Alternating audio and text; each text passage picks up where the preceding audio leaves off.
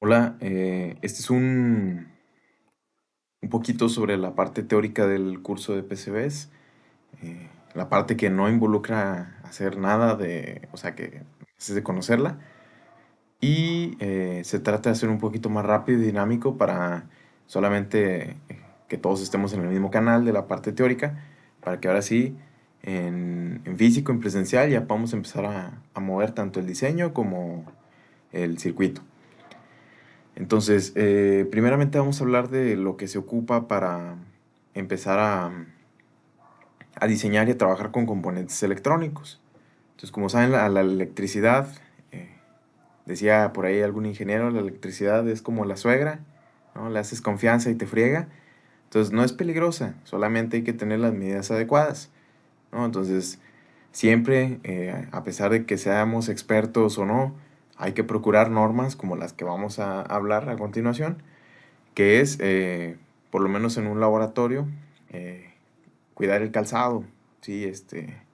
No hay que tener el pie descubierto y que pues evidentemente esté cerrado y que tenga suela, ¿no? También vamos a procurar mantener la limpieza, ya que eh, puede haber riesgo de tener algún corto o algún este, problema con el circuito si no cuidamos nuestro entorno. Entonces, tener orden y limpieza es clave. También, por lo menos para trabajar en equipo, porque el laboratorio no es nada más para una persona, pues tener objetos, ¿no? Que impidan el paso, solamente lo que vamos a usar, con lo que vamos a trabajar y lo que vamos a medir. Y por último, tener cuidado con objetos metálicos, celulares, elementos que no tengan nada que ver con el laboratorio, de preferencia no tenerlos ahí en medio porque pueden provocar accidentes. Entonces esto se menciona más que nada para las personas que no han tenido acercamiento formal con el laboratorio de electrónica, gente que puede ser de tercer, segundo semestre o gente que apenas lo está viendo este semestre. Entonces a lo mejor no lo tienen todavía muy claro y vale la pena mencionarlo, ¿no? Ahora sí, vamos a entrar de lleno con los conceptos generales y fundamentales de la electrónica y de la electricidad en general. Entonces, como sabemos, hay dos formas de manejar corriente. La primera es la alterna, porque va variando de polaridad con cierto periodo. Entonces, esta corriente es la que nos llega en los enchufes, es la más famosa porque permite la transmisión efectiva y esta pues prácticamente se usa para componentes, máquinas eléctricas pesadas y pues para la transmisión, ¿no? La que a nosotros nos interesa generalmente es la corriente continua, que es la que no cambia de sentido respecto al tiempo, que permanece en un régimen continuamente positivo o negativo respecto a una referencia. Entonces, la corriente continua también puede oscilar, o sea, puede tener valores instantáneos, no es que sea necesariamente una recta, pero se refiere a ese sentido de que no va cambiando de polaridad, ¿no? Esta la podemos encontrar en las baterías, y es la que suelen consumir componentes o circuitos electrónicos. Ahora, como ya mencionaba, la electricidad puede tener peligros si se maneja inadecuadamente. E inadecuadamente es sin tener las debidas medidas de seguridad. Entonces, así nada más como para meter miedo, ¿no? Porque el miedo nos controla y nos limita, ¿no? A nuestro actuar. Entonces, los peligros para la alterna es que podemos sufrir electrocuciones, o sea, que nos pase corriente por el cuerpo. Podemos sufrir quemaduras, podemos provocar incendios, los equipos se pueden dañar, que no son baratos.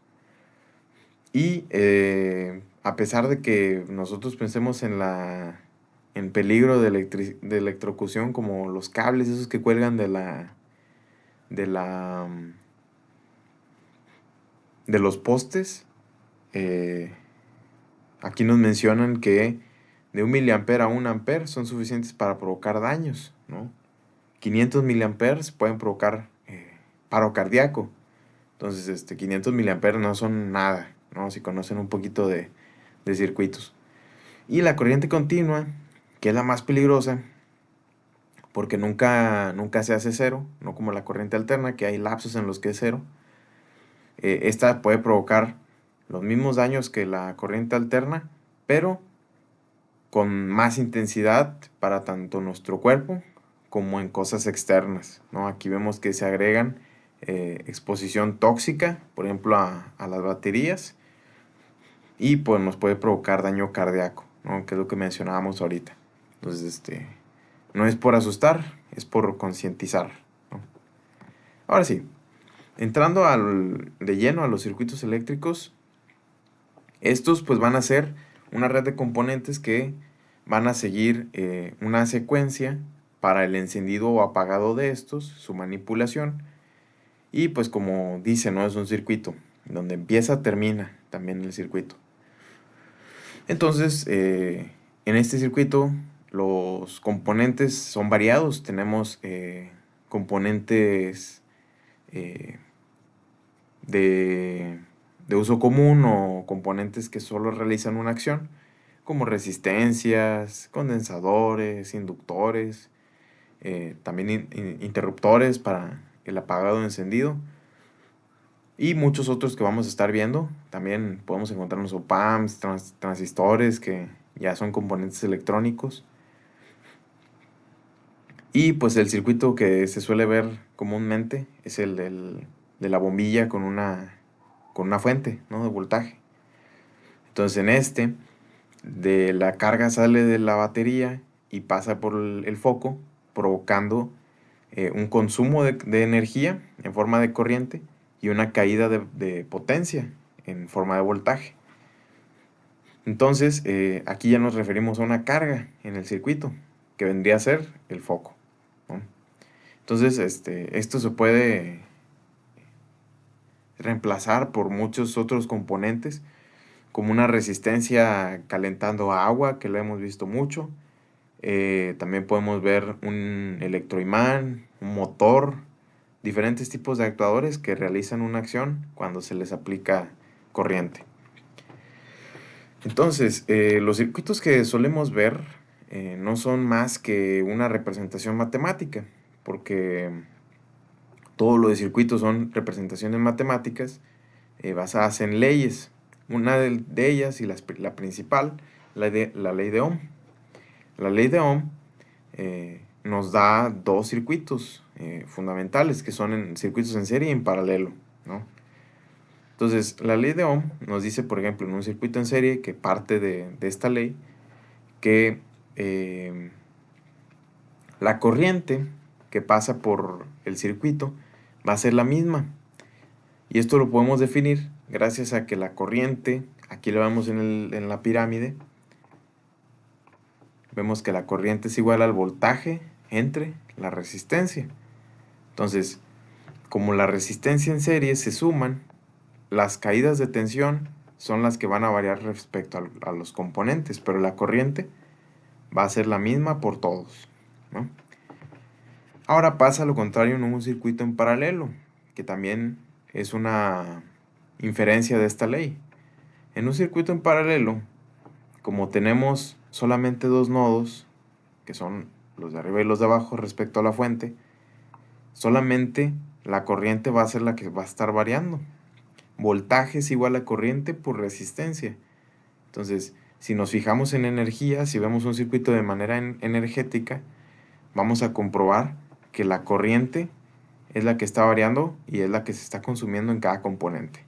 Las caídas de tensión no hay, porque están todos respecto a la misma referencia de la pila, ¿no? Ahora entramos a uno de los componentes fundamentales de la electrónica y de la electricidad, que son los que consumen potencia y son las resistencias, ¿no? En este caso nos vamos a basar en las que vemos siempre en electrónica, que son de estas banditas, ¿no?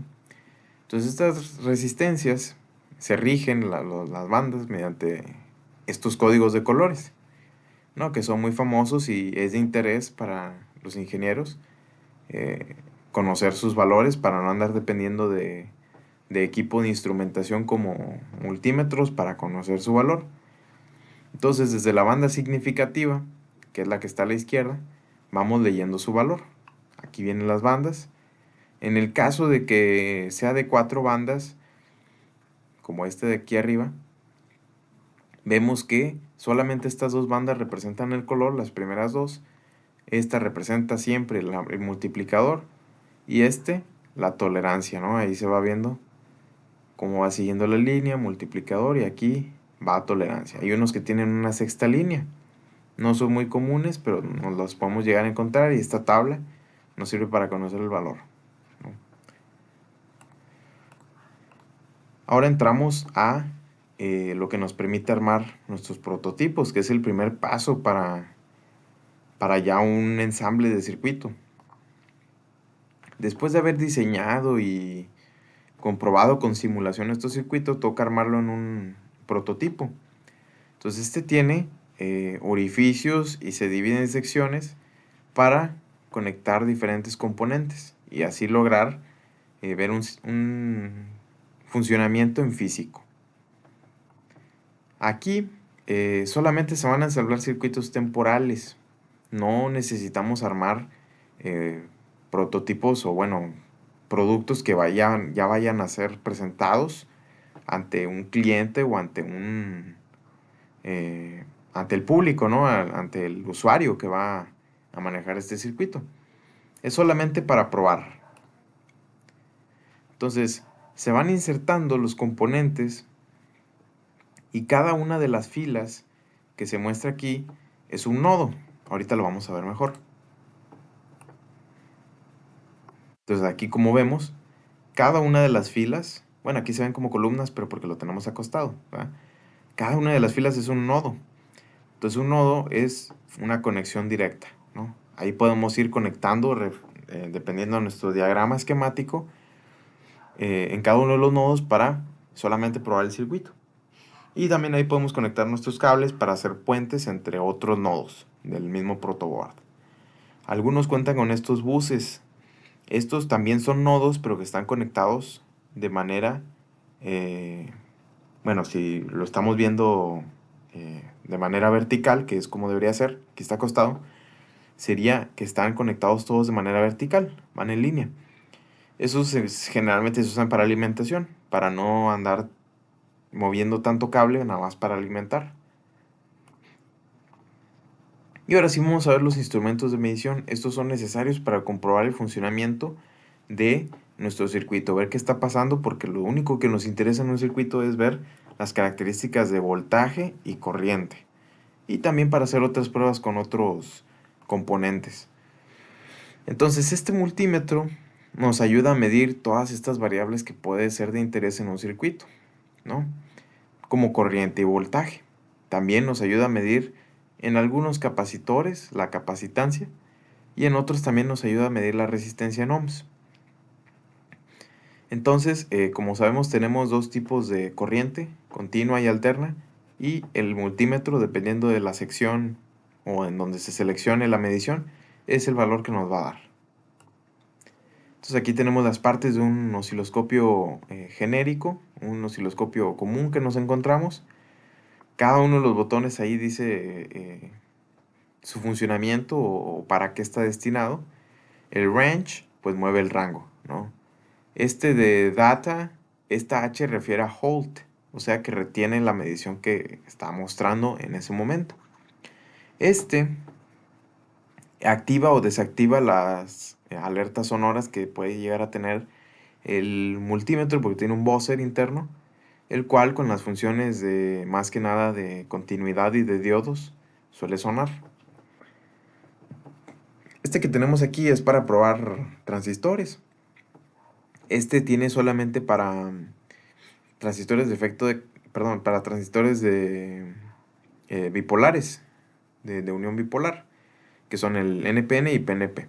Aquí tenemos sus terminales, el emisor, la base y el colector, ¿no? Entonces hay multímetros que lo tienen, hay otros que no, pero si se lo encuentran es para eso. Aquí tenemos el que ya habíamos comentado, la continuidad, o sea, el multímetro manda una pequeña señal y si es receptada por el otro cable de los hilos, perdón, del multímetro, es que ahí es el mismo nodo, pues. También la prueba de diodos. Recuerden que un diodo se polariza de un lado y del otro no. O sea, deja pasar la corriente y del otro lado no. Si el voltaje de un lado es mayor que el del otro, que en términos específicos pues es cátodo y ánodo. Si el del... Bueno, pues va a pasar corriente o no. Entonces también el multímetro nos ayuda a comprobar eso y a ver cuánto es la caída de tensión del diodo. En la resistencia medimos el valor en ohms de una resistencia. O de cualquier elemento en general, ¿verdad? Aquí las mediciones de voltaje y de corriente, bueno, este multímetro, no, sí tiene corriente, no la había visto. Eh, Van a depender de ese símbolo. Si tenemos una línea con tres puntitos como este, siempre va a ser directa. Si tenemos como una diéresis, la de la ñ, es de alterna, ¿no? Aquí también tenemos HFE, es un valor de ganancia del transistor, también se puede medir, en algunos lo tiene, otros no. Aquí mide también frecuencia, algunos también los tienen, varía dependiendo del multímetro. Capacitancia, este es para agregar un gadget de una pinza perimétrica. Y estas son mediciones de corriente. Ahorita vamos a tocar el tema de la corriente y cómo medirla, también del voltaje. Y estos son los bornes de que dependiendo de, aquí tenemos por ejemplo el acople de la pinza para medir corriente, aquí también tenemos para medir corriente. Este es el común, ahí siempre va el cablecito negro. Y este es para hacer todas las demás funciones, ¿no? Ahora sí, llegamos a la parte de medición. La resistencia y el voltaje se miden en paralelo respecto a lo que queremos medir, ¿no? ¿Cómo es paralelo? Es como si el multímetro lo quisiéramos poner frente a frente con el elemento, ¿sí? Entonces ponemos los dos, de las dos terminales que tiene nuestro componente, en este caso una resistencia, ponemos los dos enfrente, tocando esas dos terminales. En voltaje sucede lo mismo, pero en corriente tenemos que medir en serie. ¿Qué necesitamos para medir en serie? Interrumpir el circuito y poner un, una terminal y luego otra. Esto que permite que la corriente que pasa por el circuito ahora pase también por el multímetro y así la mide. En el caso del voltaje, recuerden que el voltaje se mide ajeno a el componente, ¿sí? Porque se mide por los nodos, se mide en el lazo. Entonces se necesita poner el multímetro en paralelo. Llegamos al segundo componente fundamental para un ingeniero electrónico, que es una fuente de alimentación. Ya dijimos que es de nuestro interés buscar voltaje continuo, pero el que nos llega de las centrales eléctricas es de alterna. Entonces, esta fuente nos ayuda no solo a tener voltaje constante, sino también a que sea de un valor que necesitemos. Entonces, las hay de varias, las que tenemos en el laboratorio se ven así, en donde las perillas pueden modificar los valores de voltaje y de corriente. Bueno, de corriente es limitarla. Eh, Aquí nos marca con unos displays los valores que estamos teniendo a un voltaje constante, qué corriente nos aparece y viceversa. Este botón es para activar las salidas sin tener que activar o apagarlas, sin depender del botón de encendido. Y estos bornes es en donde se conecta la señal. Estos bornes son conexiones banana, entonces ahí se pueden poner bananas hembra, perdón, macho, y empezamos a hacer las conexiones, ¿no?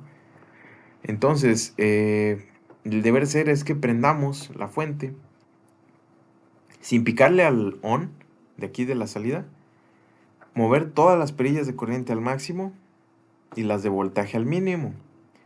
Estos botones son para seleccionar qué función queremos para las fuentes. Si vemos, hay una que es slave y otra que es master. Entonces, si las ponemos en serie, el master va a empezar, bueno, en serie o en paralelo, el máster va a empezar a mandar los valores de voltaje y de corriente. Entonces, en serie, ¿qué hace? Pone estas dos fuentes como una misma. Entonces, como están en serie, duplica el valor de voltaje que puede tener. Supongamos, si esta tiene de máximo 20, bueno, parece que era 30. 30 y 30, si las ponemos al máximo, a 60. Aumentamos el rango de voltaje. Y la corriente parece que ambas son como de 3 amperios. Sí, miren, aquí dice overload, 3 amperios. 3 amperios ya, corta. Ahí tiene un fusible y se va a quemar. Pero si las ponemos en paralelo, ¿qué hacemos? Tienen la misma cantidad de voltaje, o sea, llegan a máximo 30, pero em, la corriente la duplican. Entonces, esta tiene 3 y 3, pueden llegar hasta 6 amperios, ¿no? Para aplicaciones, por ejemplo, un motor, que sea un motor de mucho, que tenga mucho par, entonces puede generar más carga, ¿no? Y moverlo. Ah, y también se me olvidó, aquí tenemos una fuente fija de 5 voltios, igual, con un fusible de 3 amperios. 5 voltios es el normal que nos solemos encontrar en fuentes, perdón, en circuitos lógicos, ¿no? Circuitos de digitales. Ahora nos vamos al generador de señales, el otro elemento fundamental para un ingeniero electrónico. Este nos da señales con las cuales podemos probar nuestros circuitos, ¿no? Diferentes señales, no solo una señal recta como el de la pasada. Entonces podemos generar señales periódicas de diferente frecuencia, de diferente forma de onda, de- y también señales rectangulares para circuitos lógicos. Entonces sirve más para prueba, ¿no? de circuitos. Tenemos un display que nos muestra la frecuencia, un rango de frecuencias que lo movemos aquí.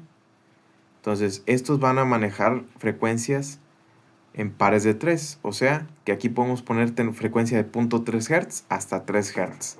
No es como la notación científica, ¿no? Pero va en pares de 3 en 3.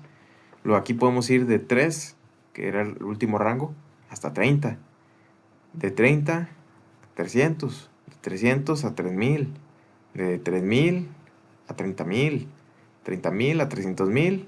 300.000 hasta el infinito. Está 3 millones de hertz. O sea, oscila en friega, ¿no? Ahora vamos a ver también las formas de señal. Aquí tenemos las que habíamos comentado: cuadradas, senoidales y triangulares, ¿no? Las triangulares, ¿para qué nos pueden servir? Bueno, pues todas para audio, ¿no? Primeramente. Pero también para ver qué tipo de salida tenemos, ¿no? Primero, en las materias generalmente se calcula, ahí con integrales o resolviendo una ecuación diferencial, la función de salida que tenemos, y luego en el laboratorio, metiendo diferentes tipos de señal, vemos el comportamiento, ¿no? Generalmente esta, como para qué la podemos usar, es por ejemplo una respuesta escalón, ¿no? Para algún sistema. Este es una respuesta rampa, y la senoidal la podríamos ver en ciertos rangos como una señal parabólica, ¿no? Que son las respuestas más famosas en sistemas de control.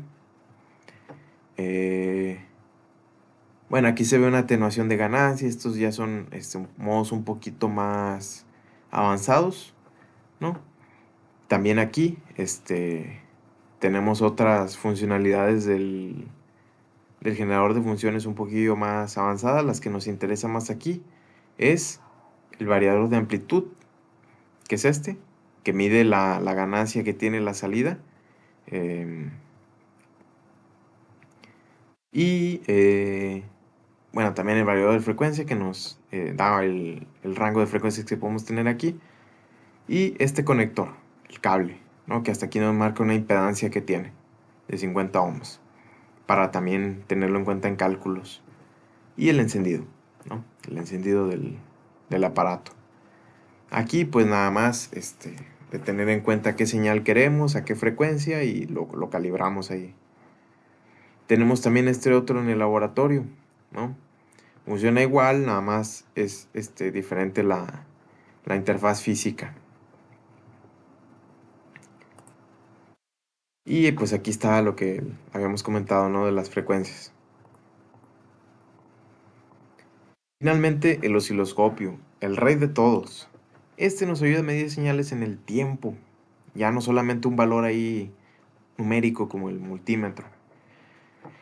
Entonces, estas señales las metemos a un canal y nos muestra todo. Nos muestra tiempos de la señal, nos muestra formas de onda, frecuencia, voltajes eficaces, eh, y si hacemos ahí algunas mañillas, nos puede dar incluso formas de onda de corriente, ¿sí? Entonces el tiempo está representado en el eje X, ¿no? El acostadito, y el paradito es el voltaje, ¿no? Referenciado en sus valores, ¿no? Entonces aquí tenemos un clásico. Este osciloscopio, les podría decir cómo funciona, ¿no? Aquí tiene las amplitudes de los canales, este para aquí, este para acá. Aquí tiene el control del eje del tiempo. Este botón que nunca lo usen, pero te ajusta automáticamente la señal. ¿Por qué nunca lo usen? Porque el osciloscopio no sabe qué quieres medir. Entonces si le picas auto, pues el osciloscopio va a hacer lo que pues, él le da la gana. No, a lo mejor eso ni es lo que te piden o ni sabes qué quieres medir. Entonces es mejor preguntar, moverle y encontrar lo que te piden, ¿no? Hay muchos videos muy buenos en YouTube para saber cuando quieres medir exactamente algo, cómo calibrar el osciloscopio para que te lo muestre, ¿no? Pero el auto nunca es bueno usarlo, porque pues picarle a auto demuestra que no sabes qué estás haciendo y no sabes ni siquiera qué quieres medir, ¿no? Es un botón que no tiene practicidad alguna. Aquí tenemos para ajustar también la forma de onda, para calibrar. La mayoría de estos botones es para eso y algunos son para medir, ¿no? Ese es un selector para los menús. Aquí aparecen unos menús, picándole también a estas funciones para seleccionar alguna opción de las que queremos que aparezcan. Como aquí es un botón de menú on-off para quitarlo o ponerlo. Y este botón de Math es bastante útil ya para mediciones muy precisas que, como digo, no te puede dar el auto. Con este puedes analizar formas de onda. ¿Sí? Si tu forma de onda la quieres comparar con un resultado teórico, te puede ayudar. Te puede dar las transformadas rápidas de Fourier, Fast Fourier Transform, que esa te ayuda a analizar los aspectos de frecuencia de tu señal. Este, También si la quieres comparar con algún valor numérico obtenido mediante métodos numéricos para aproximación, también aquí te ayuda el comando de math. Eh, ya es más que entiendas la matemática y le piques a ver qué te da, ¿no? Y aquí hay otras funciones. Hay uno de cursor que te da ahí un cursorcillo que te muestra los valores de tiempo y de voltaje y los puedes comparar para hacer operaciones y obtener, no sé, el tiempo o bueno, más bien el periodo de tu señal. Por ejemplo, poner un cursor aquí y un cursor acá. Allá estás midiendo todo un ciclo. Ahí te dice el tiempo y puedes obtener de ahí la frecuencia, ¿no? Eh, Aquí también hay uno de Measure para que te dé valores de voltaje eficaz, voltaje promedio, etcétera. No, ya lo iremos viendo más en el laboratorio. Ahora, eh, vamos a ver ya de lleno lo que implica una PCB, ¿no? Porque ya aburrió esto de electrónica.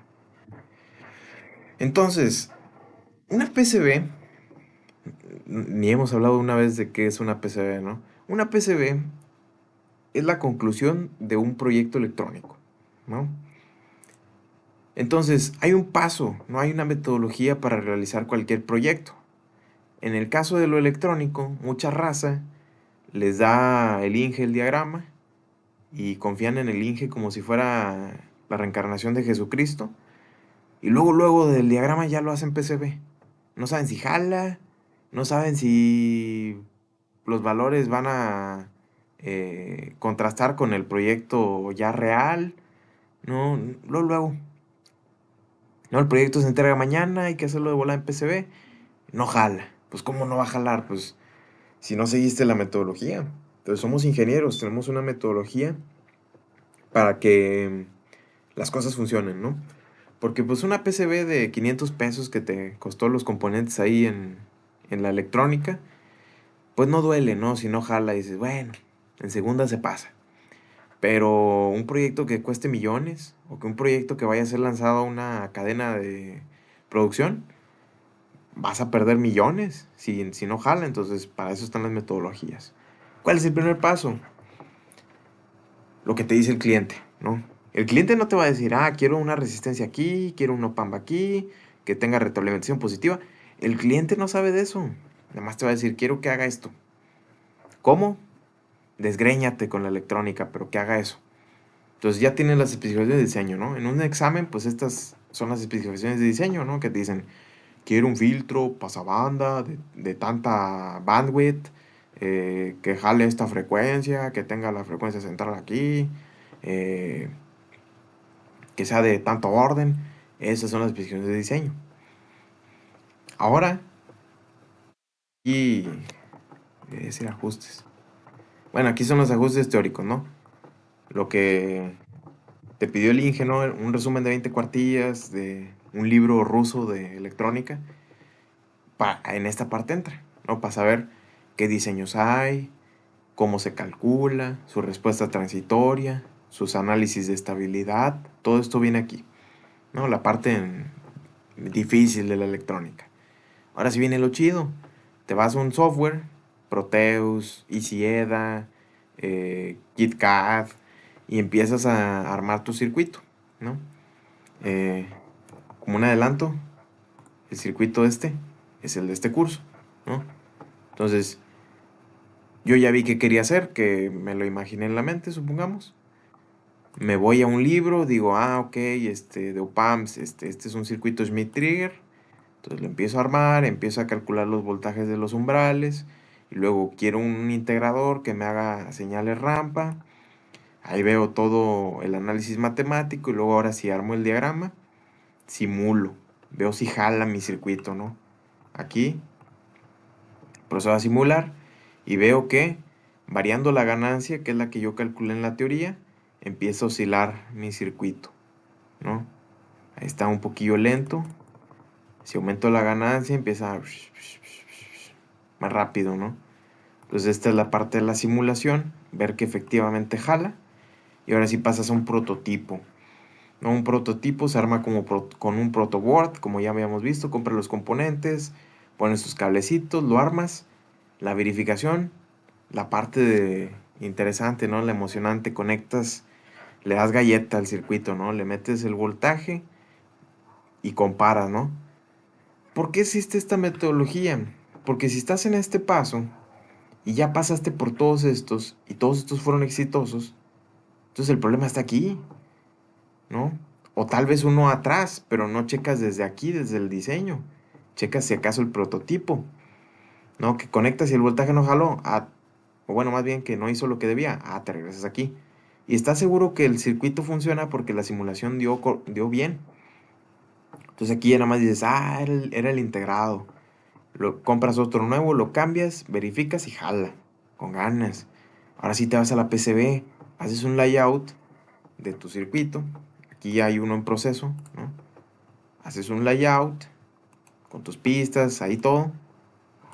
¿No? Ahí haces un modelo 3D que también ayuda en el proceso. Ahora sí realizas tu producción de la PCB, tu manufactura. Hay dos métodos. La puedes mandar a imprimir con los chinitos, ¿no? Le mandas el archivo Gerber y te la dan a la semana. Te dan tu circuito impreso. Pero también la puedes hacer tú, ¿no? Que es lo que vamos a hacer en este curso, que es hacerla por el método de transferencia de toner. Por eso ahí el asterisco, ¿no? Puedes hacerla de muchas formas. O también con una placa preperforada, pero pues esa ya no es tan de... Es para un prototipo así muy rapidillo, ¿no? Ahora si viene el montaje, le ponen los componentes que ya sabes que jalan porque te verificaste de tu prototipo. Haces pruebas finales con la con la PCB. Si no jalan la PCB, te regresa aquí, ¿no? Para ver en qué falló este proceso. Y finalmente se lo das al cliente, se lo das al Inge, ¿no? Y que te dé tu 100, porque eres bien chido y sí, seguiste toda la metodología. Bien, vamos a ver un poquito a detalle algunos pasos. El primero es, como ya dije, las especificaciones de diseño, que te las da el cliente o el Inge, ¿no? El siguiente es el circuito. Ahora sí es la parte teórica. Te vas a un libro. Digo, puedes sacar el diagrama de YouTube, pero pues, no es muy confiable, ¿no? Entonces aquí es donde realizas cálculos, ¿no? Aquí, por ejemplo, vemos un circuito básico de electrónica 1, que es el circuito transformación, rectificación, filtrado y regulación. Y aquí dices tú, bueno, te vas al libro, te dice que el capacitor, como es de como tiene el efecto de carga y descarga, cuando es un capacitor grande, de tantos microfaradios, 400, 600, 1000, tiene un efecto de rizado en el voltaje. Bueno, aquí el puente de diodos pues rectifica, ¿no? Vuelve la señal de alterna a directa. El transformador reduce la tensión de alterna. Aquí produce un filtrado para que la señal parezca más de directa. Y aquí tenemos regulación por conmutación, ¿no? Aquí tenemos un diodo Zener, el cual se polariza inversamente. Aquí mantiene una tensión constante respecto a la referencia, que la tensión es respecto al fabricante del diodo, ¿no? Ahí te dice las especificaciones. Tenemos una resistencia que hace que este se polarice de esa manera.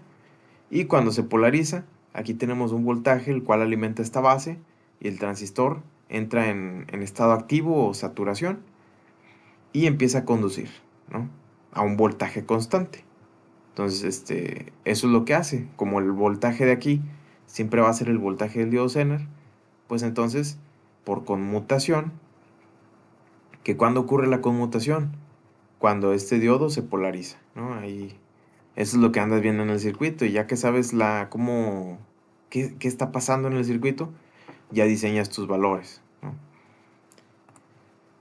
Ahora sí, simulas, ya que elegiste tus valores, pones todo el circuito en Proteus, armas tu esquemático y le das a play, ¿no? A ver, a ver qué sucede. Ya que haces eso, compruebas que el circuito jala, lo pasas a Proto, ¿no? Con cablecitos. Jumpers, esos son para los niños de primaria que conectan un foco, un Arduino. Así sin resistencia, lo conectan directo. No, nosotros ya somos ingenieros, hay que hacer prototipos con cable.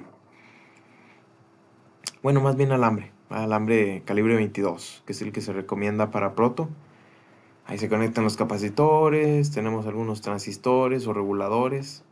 Bueno, en este caso reguladores porque estamos haciendo un circuito de convertidor de directa alterna. Y ya que se diseña, ahora sí pasamos a la conclusión, diseñando el layout del PCB. Este archivo ya diseñado, que es lo que vamos a tratar en este curso, ver aspectos de diseño para saber cómo controlar todos estos, el proceso, ¿no? Y finalmente armamos nuestra PCB o se la mandamos a los chinitos. Y ya que la tengamos la placa, empezamos a soldar los componentes de acuerdo a nuestro esquemático, ¿no? Aquí dice, nosotros lo haremos de manera artesanal, ¿no? Con transferencia de toner, a mano, ¿no? Los chinos, ellos ya tienen mucho dinero, hay que nosotros empezar a hacerlo. Ahora, la parte del software la tocaremos en el curso, ¿sí? Ya es la parte práctica, ¿no? Conocer nuestro software Proteus. Ahí luego lo estaremos platicando. Ahora, solo unas consideraciones de diseño. ¿Qué podemos ver en una PCB? Podemos ver pistas, tamaños, acomodo, entradas, salidas. Todo eso hay que tenerlo en consideración para los parámetros del diseño. Uno de ellos puede ser las pistas, ¿no? Las pistas son clave porque ahora son nuestras conexiones. Importa su grosor, importa en dónde están e importa sobre todo la tierra, que es donde se va la corriente. ¿Qué nos puede provocar tener un circuito en PCB? Aparece un efecto que es interferencia electromagnética. Esta sucede por las pistas, ¿no? Que ya no son cables que están recubiertos de plástico. Ahora ya tienen un efecto eh, de campo, ¿no? De un efecto electromagnético, el cual hay que cuidar dependiendo de la posición de las pistas, la cercanía de las pistas con los pads y la cercanía de pistas con otras pistas, ¿no? Todo eso vamos a estar viendo durante el ensamble. Nada más quería comentarles eso, que no es cablear así al así sin tener noción, ¿no? Hay que hacerlo de una manera ordenada y metodológica.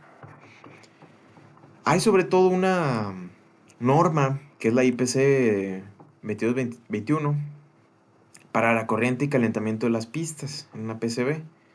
No, aquí este documento se los pegaré en el video para que lo puedan leer detenidamente. Trata solamente sobre qué normas estandarizan, qué aspectos debemos de tener en cuenta cuando estamos haciendo una PCB. Entonces nos aparece esta fórmula. Esta es la corriente en una pista, ¿no? En una PCB tenemos capas externas e internas. O internas son las que están como un sándwich, ¿no? Entre el pan. Y las externas son el pan, ¿no? Entonces, este factor se considera para este cambio de temperatura, que es los rangos que va a tener nuestra plaquita, ¿no? ¿Qué debemos de considerar aquí? Pues los componentes, ¿no? Un circuito integrado, por ejemplo, estos negros. Vamos a poner el que vamos a ver aquí en el curso, que es el LM358. Pues es un integrado que tiene dos op-amps, ¿no? Estos manejan rangos de temperatura que los marca el datasheet. Entonces es lo que tenemos que tener en cuenta aquí. Y A es el área, ¿no? de nuestra pista. Entonces, pues no tenemos que usar esta fórmula, podemos hacerlo directamente aquí. Digo yo, también el cobre.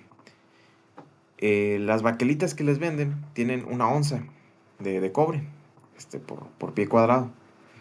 Entonces, la onza infiere mucho porque es como el grosor, ¿no? De la pista. Entonces, entre más grosor, pues más corriente puede manejar, ¿no? En este caso le ponemos 1 onza. Vamos a decir que en este curso vamos a hacer capas externas, no tenemos más capas, solo una abajo, ¿no?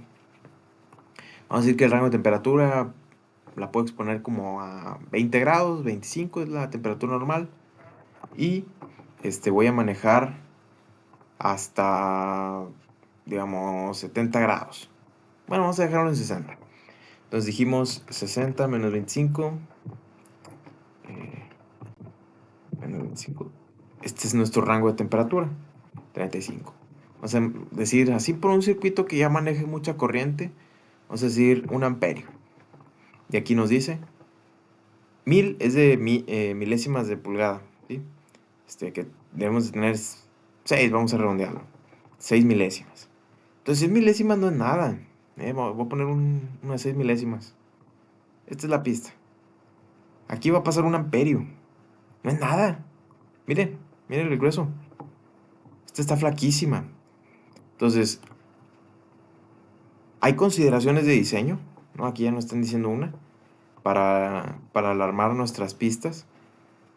Pero al final hacemos un poquito robusto, ¿no? Para que no quede tan justa la manufactura, sobre todo nosotros que la vamos a hacer en transferencia de tóner. Que pues como es artesanal, pues hay que hacerla un poquito más gruesa, ¿no? Para que si nos equivocamos y nos pasamos ahí un poquito del planchado, no afecte tanto al circuito, ¿no? Pero todo esto se va a revisar, ¿no? También consideraciones de diseño, que ya veremos más en la práctica, ¿no? Porque aquí platicadas, pues no nos hacemos tanto la idea y no nos acordamos, ¿no? A la hora de estar haciendo la PCB. Finalmente quiero concluir con una imagen de una PCB de cómo quedan, ¿no? Aquí algunos ejemplos. Aquí tenemos cómo se ven, ¿no? Y sientes como cuando cuando le haces en el kinder un arreglo a tu mamá, ¿no? Se sentía bien padre porque lo hacías tú, ¿no? Era tuyo, tú lo hiciste, a ti se te ocurrió y no dependiste de los chinos para que quedara tu circuito, ¿no? Se ve bien bonito, dices, este es mi hijo, Entonces nosotros también vamos a hacer un hijo, ¿no? Aquí, ahí se soy yo raro. Bueno, el punto es que vamos a hacer una PCB, ¿no? Así va a quedar, bien bonita, bien chula. Vamos a hablar también de los pads, cuándo conviene uno, cuándo conviene el otro, pistas de comunicación, pero eso ya se va a ver en la parte práctica. Por lo pronto espero que todo se haya entendido y que ya tengamos bases fuertes para empezar de lleno con la práctica de hacer PCBs.